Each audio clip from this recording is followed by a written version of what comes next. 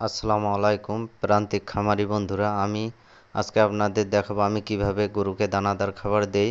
16 প্রকার মেডিসিন যুক্ত দানাদার খাবার তৈরি করছি। আপনারা দেখতেছেন আমি সকালে 1 কেজি দানাদার খাবার দিচ্ছি। আমি 1 কেজি দানাদার খাবার সকালে করি, একটা করে গরুকে দেই। এই চিটাগুড় দিলাম, এখন আমি লবণ দিব, এই লবণ দিলাম। এখন দানাদার খাবারটা আমি মিক্সার করতেছি।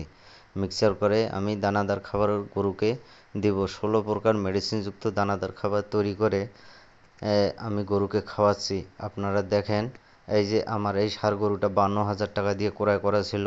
2 মাস হচ্ছে আমি মেডিসিনযুক্ত দানাদার খাবার দিলাম।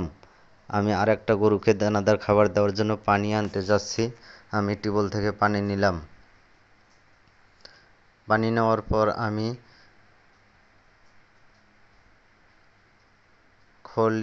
খোল ভিজাই রাখছিলাম। খোল ভিজে রাখার পর খোলগুলো দিলাম। আমি এখন নিয়ে আসতেছি পানিগুলো। নিয়ে এসে এখানে আবার চিটাগুড় দিলাম, লবণ দিচ্ছি এবং দানাদার খাবার দিচ্ছি। দানাদার খাবার দেওয়ার পর পানিগুলো মিক্সচার করে আমি ষাঁড় গরুগুলোকে দিব। আপনারা দেখতেছেন 16 প্রকার মেডিসিনযুক্ত দানাদার খাবার দিচ্ছি।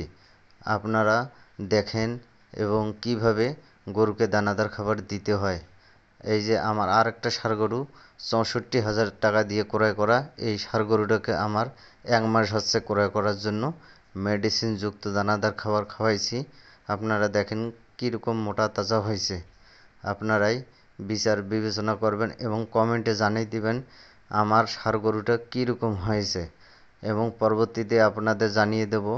এবং দানাদার খাবার খাওয়াইয়ে 3 মাস 4 মাসে কিভাবে কত দিনে আমার এগুলো গরু মোটা তাজা হচ্ছে আপনাদের আমি ভিডিওর মাধ্যমে জানিয়ে দেব। এই ষাঁড় গরুটা আমার ক্রয় করা ছিল 52,000 টাকা দিয়ে। 2 মাস হচ্ছে ক্রয় করার জন্য। আসসালামু আলাইকুম।